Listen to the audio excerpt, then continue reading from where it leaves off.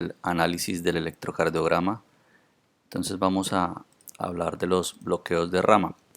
Entonces recuerden que ustedes deben hacer un análisis onda por onda, ¿verdad? La onda P, luego el QRS. Entonces cuando empiecen a analizar el QRS van derivación por derivación y llegarán aquí a B1 o a ABR y a B1 y B2, que son derivaciones derechas, y debe llamarle la atención que hay dos R's o dos picos positivos, que es lo que se llaman R', las típicas orejas de conejo, que representan lo que se llama un bloqueo de rama derecha. Los bloqueos de rama, ya sea derecha o izquierda, se dividen en completos o incompletos, esto en función de cuánto mide el QRS. Entonces, si mide más de 3 cuadritos, 3 o más cuadritos, es decir, 120 o más milisegundos, se llamará bloqueo completo, y si mide menos de 120, o sea, menos de 3 cuadritos pequeñitos, se llamará bloqueo incompleto, en este caso de rama derecha. Aquí también aprovecho para comentarles que si ustedes ven aquí, por ejemplo, hay una irregularidad en el trazado. Aquí va onda P, QRS, onda T, onda P, QRS, onda T, y aquí aparece un QRS que no va precedido por la onda P. Esto es lo que se llama una extrasístole. Las extrasístoles, como su nombre lo indican, son latidos adicionales que se producen en el corazón y se llaman supraventriculares cuando son QRS estrecho, es decir, que tienen la misma morfología de este QRS, o ventriculares, extrasístoles ventriculares, cuando el QRS es ancho. Repito, entonces, extrasístoles son latidos, son QRS adicionales que no van precedidos de una onda P y que si tienen la misma morfología estrecha, es decir, menos de 120 milisegundos, se llamarán supraventriculares, y si son anchos, serían ventriculares. Aquí, por el contrario, es la imagen de un bloqueo de rama izquierda. Entonces ustedes van a ver un paciente que tiene un eje, en la derivación izquierda ABL un QRS mellado en meseta, ¿sí? Y en las derivaciones izquierdas también B5 y B6 un QRS con una meseta. Esa es la imagen típica de un bloqueo de rama izquierda. Y en B1, B2 y B3, generalmente el bloqueo de rama izquierda se va a ver con un QRS ancho, es decir, que va a medir más de 120 milisegundos, o sea, más de 3 cuadritos pequeños. O sea, esta sería la imagen típica de un bloqueo completo de rama izquierda. Y repito, en ABL un QRS con meseta o mellado, en B5 y B6 también, y en B1, B2 y B3 un QRS ancho con una elevación del punto J. Entonces un bloqueo de rama izquierda. Aquí entonces resumo los bloqueos de rama derecha o izquierda, completos o incompletos en función de la medida del QRS, y también para resaltar lo que se llama hemibloqueo anterior de rama izquierda. Básicamente tengan en cuenta esto: para hablar de hemibloqueo anterior de rama izquierda debemos tener un eje izquierdo y una onda S profunda en la cara inferior. Y este es ejemplo de un hemibloqueo anterior de rama izquierda, un paciente que tiene eje izquierdo, porque aquí es positivo y aquí en ABF es negativo. Entonces un eje izquierdo con la onda S profunda en D2 y D3, que es la cara inferior. Adicional a esto, ¿qué queríamos ver? ¿Qué quería mostrarles en este electrocardiograma? Los descensos o infradesniveles del ST. Entonces, para ustedes hablar de un infradesnivel del ST, la AJA lo define como un descenso de más de 0.5 milímetros en dos derivaciones contiguas, en el caso de para hablar de un síndrome coronario con, sin elevación del ST. Ya les he explicado que para el punto J, ustedes lo que tienen que trazar es una línea entre el PR que debe coincidir con la línea del ST. Si ese punto J está por debajo de esa línea, pues habrá un descenso del ST. En este caso, aquí en B4, el punto J, que es este, está descendido, en B5 también y en B6 también.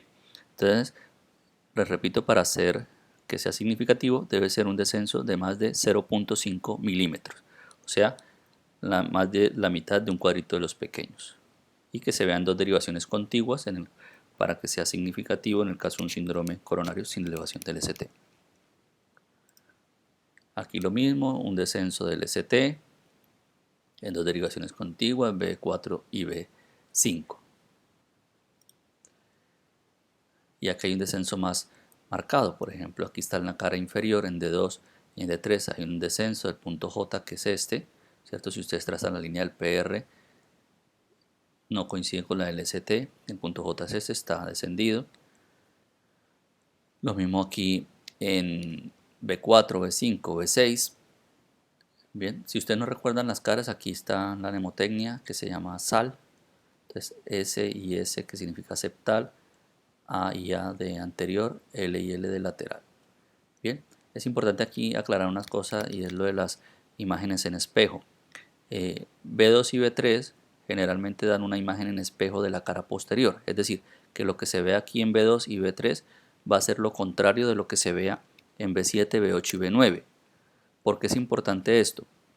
Porque si yo tengo en B2 y en B3 un descenso del ST, necesariamente tengo que hacer unas derivaciones posteriores, B7, B8 y B9, porque probablemente allí tenga un ascenso del ST y eso me modifica el tratamiento. ¿Sí? Por eso se dice clásicamente que el único descenso del ST que se tromboliza es el de la cara anterior, el de B2 y B3, porque probablemente eso está reflejando una imagen en espejo de un ascenso del ST en la cara posterior. También tener en cuenta que D2 y D3 y ABF es la cara inferior, y cuando tenemos alteraciones del ST en esta cara, generalmente, deberíamos hacer derivaciones derechas para descartar que no tengamos un infarto de cara derecha, de ventrículo derecho, porque ustedes recordarán que la cara inferior la irriga la coronaria derecha, y pues habría que descartar que no tuviéramos un infarto también de ventrículo derecho. Aquí ya tenemos lo contrario, un ascenso del ST. Esto es la elevación del punto J, que está muy marcada una elevación del punto J. Entonces, vuelvo y repito, ustedes trazan esto, trazan una línea entre el PR, ¿cierto? Que coincide con el ST. Aquí está el punto J por encima de esa línea, hay una elevación marcada del ST. La AJA define esa elevación, una elevación del ST, cuando hay una elevación de más de 1 milímetro en cualquiera de las derivaciones. Más de 1 milímetro, es decir, más de un cuadrito de los pequeños, en cualquiera de las derivaciones, excepto en B2 y en B3. ¿Por qué? Porque en B2 y en B3, en hombres, debe ser más de 2 milímetros esa elevación, y en mujeres debe ser más de 1.5 milímetros. Bueno, entonces repito, el ascenso se considera significativo cuando hay una elevación de más de 1 milímetro en cualquier derivación, excepto en B2 y en B3, que en hombres debe ser más de 2 milímetros y en mujeres más de 1.5 milímetros. Acá también hay un ascenso del ST en cara inferior, y como ustedes ven aquí, hay un descenso del ST en cara septal, en B2 y en B3 probablemente. Entonces aquí esto es una imagen en espejo, probablemente de la cara posterior, que estará en donde estará elevado el ST. Aquí también hay un ascenso del ST del punto J en cara anterolateral, en la cara inferior. Bien. Muy bien. Ahora, en cuanto a los bloqueos. Entonces, para los bloqueos también es importante, igual que todas las cosas en el electrocardiograma, ir analizando cada onda. Si ustedes analizan la onda P y luego analizan el segmento PR, pues se van a dar cuenta que hay una prolongación del segmento PR, que lo normal es que mida hasta 200 milisegundos, es decir, un cuadrado de estos medianos. Aquí, si ustedes toman desde aquí, desde el inicio de la onda P hasta donde inicia el QRS, hay más de 200 milisegundos. Por lo tanto, hablaremos de un bloqueo auriculoventricular. Y en este caso es de primer grado porque ese PR es constante. Bien. Entonces, bloqueo auriculoventricular de primer grado porque el segmento PR mide más de 200 milisegundos y es constante. Diferente al bloqueo auriculoventricular de segundo grado MOVITS 1, en el que el PR se va prolongando hasta que una onda P no conduce y se bloquea. Y luego nuevamente aparece la onda P que conduce, se va prolongando hasta que se bloquea. Entonces el bloqueo auriculoventricular de segundo grado MOVITS 1. En el MOVITS 2 hay un PR constante, igual que en el bloqueo auriculoventricular de primer grado, pero de repente el PR es constante, pero de repente una onda P no conduce. PR que conduce y una que no conduce. Puede que tengamos un PR que conduce, otro PR que conduce y de repente uno no conduce. Bueno, entonces aquí tenemos un PR constante, pero de repente una onda P deja de conducir. Entonces esto es un bloqueo auriculoventricular de segundo grado, MOVITS 2. Y luego tenemos el bloqueo completo o auriculoventricular de tercer grado, en el que hay una disociación entre las ondas P, o sea, entre las aurículas y el ventrículo. ¿Cómo lo identificamos? Pues fácil, uno cuando tiene la duda lo que va a coger es un papel o algo que nos permita tomar la distancia entre lo que parecen dos ondas P, por ejemplo entre esto y esto, tomamos esa distancia y luego seguimos midiendo. Y aquí nos va a coincidir con algo que también probablemente sea una onda P.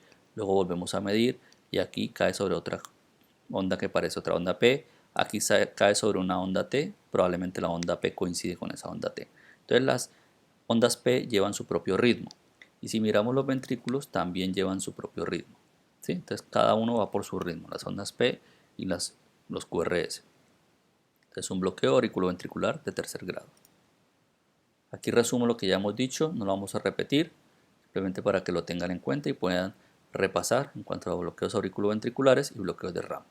Hay que diferenciar, los bloqueos de rama se producen aquí, ¿sí? En donde se dividen las ramas de las de His. Se produce la alteración, está aquí. En el bloqueo auriculoventricular hay una alteración entre la conducción, entre esto y esto, entre el nodo sinusal y el nodo AB. Bien, eso, la alteración en los bloqueos auriculoventriculares está aquí. En los bloqueos de rama está aquí. Muy bien. Ahora continuaremos con las taquicardias, taquiarritmias y bradiarritmias. Bueno, taquiarritmias en este caso. Entonces, las taquicardias se pueden dividir, o las taquiarritmias se dividen clásicamente en supraventriculares y ventriculares, que hoy en día se llaman mejor taquicardias de QRS estrecho, que son las supraventriculares, y de QRS ancho, que son las ventriculares. Aquí tenemos la típica imagen de una supraventricular, que es la fibrilación auricular. Entonces, la fibrilación auricular lo identificamos fácilmente porque no hay onda P. Entonces, si ustedes miran, aquí no hay onda P. Esos son ondas T. No hay onda P, no hay onda P. Entonces, ausencia de onda P y los RR, los complejos QRS, son irregulares. Aquí hay una distancia, esta es otra, aquí hay otra distancia. RR irregulares con ausencia de onda P y una frecuencia cardíaca entre 100 y 150 latidos por minuto. Entonces, fibrilación auricular. Aquí hay un esquema de manejo que propongo, que he hecho yo. No nos vamos a detener en esto porque no es el caso, no viene el caso ahora, pero para que lo tengan en cuenta si lo quieren repasar. Otra taquicardia supraventricular o de QRS estrecho es el flúter auricular, que se diferencia de la fibrilación auricular por la frecuencia cardíaca, que generalmente va a 150 o a 75 o a 300, o sea, va a números exactos. El RR es regular y tiene una imagen típica de lo que se llaman los dientes de sierra, ¿sí? Como un serrucho. Entonces, RR regulares, que es lo que la diferencia de la fibrilación auricular. Entonces, esto es un flúter auricular. Y tenemos la otra taquicardia supraventricular, que es la taquicardia supraventricular paroxística. Se diferencia del flúter y de la FA. Pues de la FA se diferencia porque tiene RR regulares. Y del flúter se diferencia por la frecuencia cardíaca. Generalmente la taquicardia supraventricular paroxística va entre 100 a una frecuencia de 160 a 180 latidos por minuto. ¿Listo? RRs regulares. Y el QRS estrecho. Y luego tenemos las ventriculares. Si a ustedes les llega un paciente, les puede llegar un paciente con este monitor.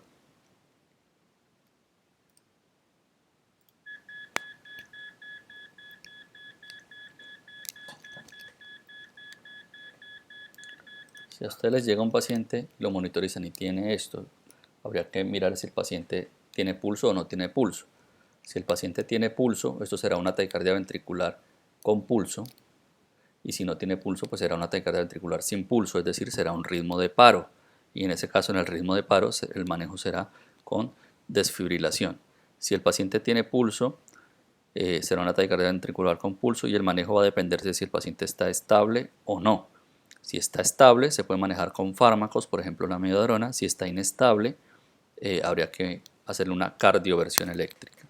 Bien, entonces la taquicardia ventricular se diferencia de las supraventriculares por el QRS, que son QRS anchos. Si tienen la duda, pues pueden hacer un electrocardiograma y van a ver esto, lo mismo. Es una taquicardia de QRS anchos. En este caso la morfología es la misma en todos los complejos QRS, entonces se llama una taquicardia ventricular monomorfa. Y también les puede llegar este tipo de pacientes, aunque esto ya no entra dentro de las taquicardias, pero se los quería mostrar. Puede llegar ese paciente con este trazado. Si este paciente llega y lo monitoriza y tiene este trazado, probablemente ese paciente no tenga pulso, es decir, estará en un paro cardíaco. Y esto es lo que se conoce típicamente como fibrilación ventricular, que es un ritmo de paro. Si tienen la duda, pueden hacer el electrocardiograma y van a ver un ritmo desordenado, o mejor dicho, no hay un ritmo, ¿sí? Es un trazo desordenado, lo que se conoce típicamente como fibrilación ventricular. Y aquí finalmente resumo lo que ya hemos hablado de las taquicardias. Entonces, las taquicardias de QRS estrecho, típicamente llamadas supraventriculares, tienen el QRS menor de 120 milisegundos y son estas tres las más típicas: fibrilación auricular, flúter auricular y taquicardia supraventricular paroxística. Las de QRS ancho, que son las clásicas ventriculares, en el QRS mide más de 120 milisegundos, y la típica es la taquicardia ventricular monomorfa, como la que les mostré, o polimorfa en el caso de la torsión de puntas. Muy bien, eso es todo lo que les quería mostrar sobre electrocardiogramas.